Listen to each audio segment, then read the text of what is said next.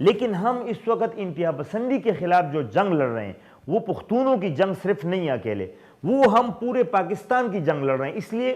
کہ اگر یہ انتہا پسند اسلام آباد تک پہنچیں گے تو پورا پاکستان محفوظ نہیں رہے گا، اور جب پورا پاکستان اس دہشت گردوں کا آماں جگہ بنے گا تو پھر پوری دنیا محفوظ نہیں رہے گی۔ آپ نے دیکھا کہ ٹریڈ ٹاور، ٹوین ٹاور کیا، وہاں تک یہ اگر پہنچ سکتے ہیں تو دنیا میں کوئی جگہ بھی ان انتہا پسندوں سے محفوظ نہیں رہ سکتی۔ اس لیے ہم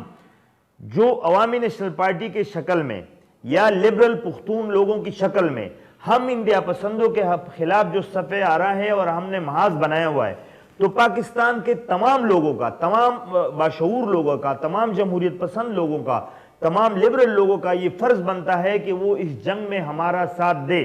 سیاسی مفادات کو بالائے طاق رکھ کر،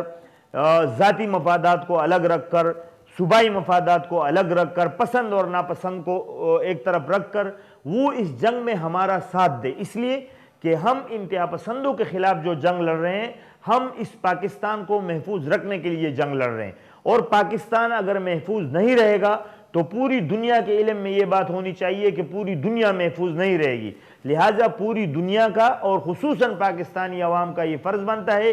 کہ وہ اس جنگ میں ہمارا ساتھ دے، یعنی یہ جنگ پاکستان کے وجود کے خلاف ہے۔ اچھا، پھر اس جنگ کی دو قسمیں ہیں، ایک قسم تو یہ ہے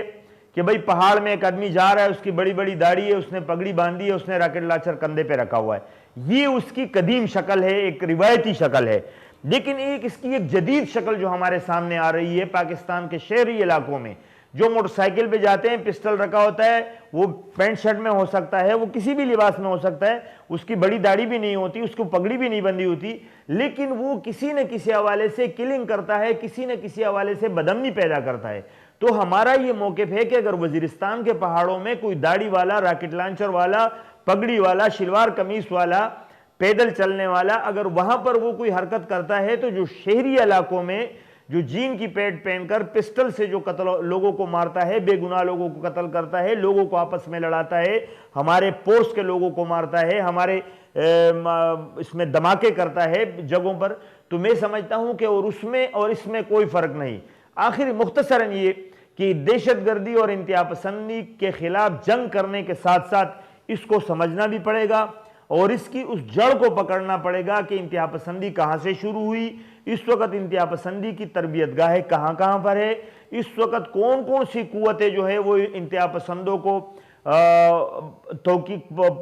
مدد دے رہی ہے، اخلاقی مدد دے رہی ہے، ان کی مالی مدد کر رہی ہے۔ اس وقت سرعام ہمارے جمعے کے دن ہر مسجد کے آگے لوگ کھڑے ہوتے ہیں کہ بھائی فلانے مجاہدین کے لیے چندہ دے دو۔ اب کشمیر میں ہم جن مجاہدین کو لڑا رہے ہیں ان کو تو ہم اچھے کہتے ہیں،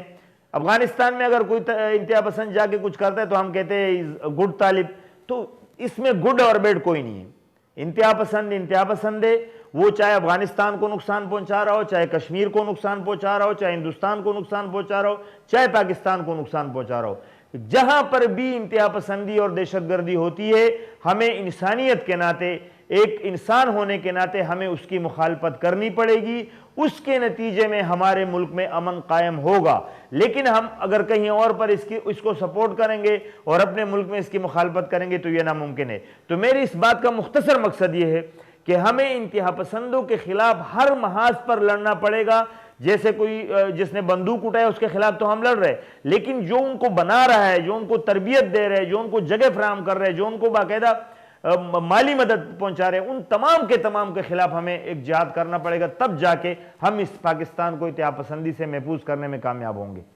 اچھا جان صاحب، آپ کی ہی باتوں سے میرا اگلا سوال ہے کہ آپ نے یہ کہا کہ بہت سے لوگ ان کو سپورٹ کر رہے ہیں، ان کے مرکز ہیں۔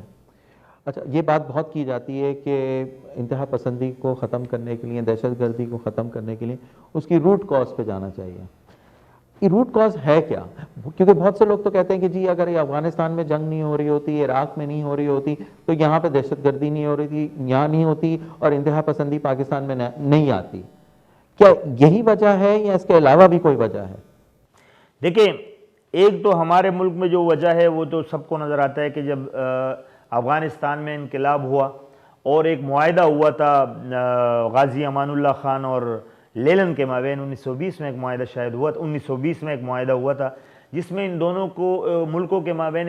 دونوں ملکوں نے ایک دوسرے کے ساتھ یہ ایگریمنٹ کیا تھا کہ اگر کسی ملک پہ کوئی تکلیف آئے گی تو دوسرا ملک اس کی مدد کرے گی، اس لیے کہ 1917 میں انقلاب ہوا تھا تو اس وقت روس اتنا طاقتور نہیں تھا اور افغانستان اتنا کمزور نہیں تھا جو موجودہ دور میں تھا۔ تو یہ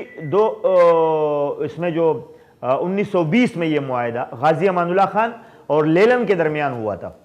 اس معاہدے کے تحت 1980 میں یا 79 میں افغانستان میں روسی فوجیں آئی۔